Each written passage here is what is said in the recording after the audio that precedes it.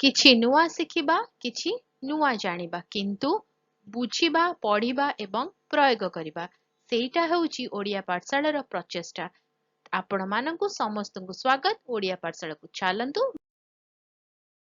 आजिर भिडियोटी धातुर गुण मानंकु नेकी अछि ता माने धातुरे कोन सब गुण रहिछि जाके इंग्लिश रे कहै छै प्रॉपर्टीज ऑफ मेटल। स्क्रीन में आमे धातुर पिक्चर देखुचंती तो धातुर प्रथम गुण होउची सीए सदा सर्वदा सॉलिड एट रूम टेम्परेचर। ता सहित धातु कौन करे धातु शक्त हार्ड शाइनी चमकु थाए आउ ता सहित सीए कौन करे ना ताती आ इलेक्ट्रिसिटी को क्यारी करे। ता माने एक धातु मध्य देई ताती क्रॉस करिकी जाई पारे ता माने गोटे धातु ताते ता सहित से इलेक्ट्रिसिटी को मध्य कंडक्ट करे। थर्ड गुणटी होची मालिएबिलिटी। मालिएबिलिटी माने हला आमे एठी जदी स्क्रीन रे देखुचंदी डायग्राम टा जो अछि से डायग्राम रे कोन होची ना जदी एटा एक धातु हुए याकू जदी आमे हामारे आघात करिबा आमे देखुचंदी ता भितरे थिबा एटम्स गुडी को भिन्न स्थान को जाउचंदी स्थानांतरित होउचंदी। ता माने धातु को आमे जदी हैमर अटैक करिबा बा तापरे हीट दबा सी कोन हबो ना एक भिन्न रूप धारण करिबो। एई गुणटी को कहजे मालिएबल।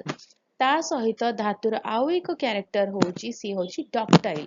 ता माने आमे एठी जदी देखिबा स्क्रीन रे एठी जदी धातुटी अछि ता ऊपर एक्सटर्नल फोर्स पके कि आमे ताकू एई भडी तार रे कन्वर्ट करि परिबा।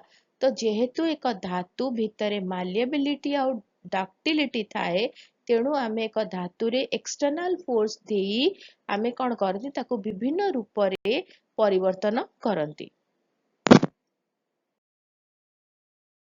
जेमिति मु कहिली धातु कोन करे ना से होची गुड कंडक्टर ऑफ इलेक्ट्रिसिटी।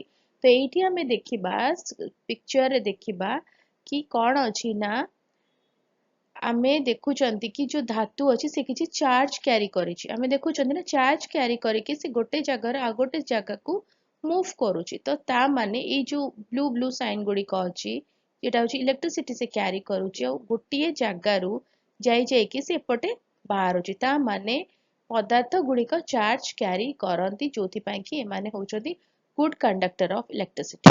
ता परे गुडाई धातु थांती जो माने कोन करंती ना से माने बहुत शीघ्र करोजन तांकु हे जाए ता माने कलंकी लागि जाए।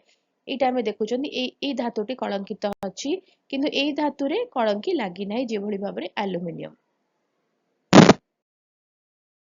अन्य प्रॉपर्टीज गुडी कहला they have a metallic lustre giving them a shiny appearance. सेमान का पाखरे कोन थाए ना धातुर एक चमकीला गुण थाए जोथि पई कि से चमकु थाए। ता सहित metals are generally strong and durable से माने शक्त थांती बहुत टाण थांती ता सहित लंबा समय पर्यंत आमे से धातु को व्यवहार करि परिबा। Some metals like aluminium are resistant to corrosion। जेमती कहिली Kalanki लागे नाही जल्दी आमे किंतु ते लुहा कंटाटे देखिबा कलंकी लागि जाय किंतु जे एल्युमिनियम देखिबा सेतरे कलंकी लागे नाही। Metals can form alloys by mixing with other metals or element। metals अलगा गोटे धातु आ गोटे धातु सहित मिसिकी एक भिन्न धातु सृष्टि करे जाको हमें कहंती alloy बा से धातु हे पारे बा एक एलिमेंट हे पारे। They react with acid to produce hydrogen gas in most cases। से माने कोन करंती धातु गुडी को जेतेबेले एसिड सहित मिसंती सेतेबेले गोटे गैस रिलीज हुए जोटा को कहै छै हाइड्रोजन गैस। आ most of the metallic cases रे ए घटनाटी घटी थाए। बुझी हला ए गुडी को होची धातुर गुण सबु। जदी को जगह रे बुझी हला नै बा मु कहला बेले छाडी गली ताले मते कमेंट लिखि दबो ताको क्लियर करबा। आ जदी बुझी हला ताले तो जानिचो कोन करबो वीडियो टिके लाइक कर दबो वीडियो कोन से शेयर करो। चैनल जो मैंने वीडियो देखुचंदी ए पर्यंत सब्सक्राइब करिना दी चैनल को प्लीज सब्सक्राइब करी बेल आइकन प्रेस करी ऑल नोटिफिकेशन को ऑन रखिता। वीडियो अपलोड हेले नोटिफिकेशन पहुंचबो हमें मिसे की पढ़ी परिबा बुझी परिबा एवं जानि परिबा। ताले देखा बा कि वीडियो रे भले रे सुस्त रे मते अनुमति दियो। Bye bye.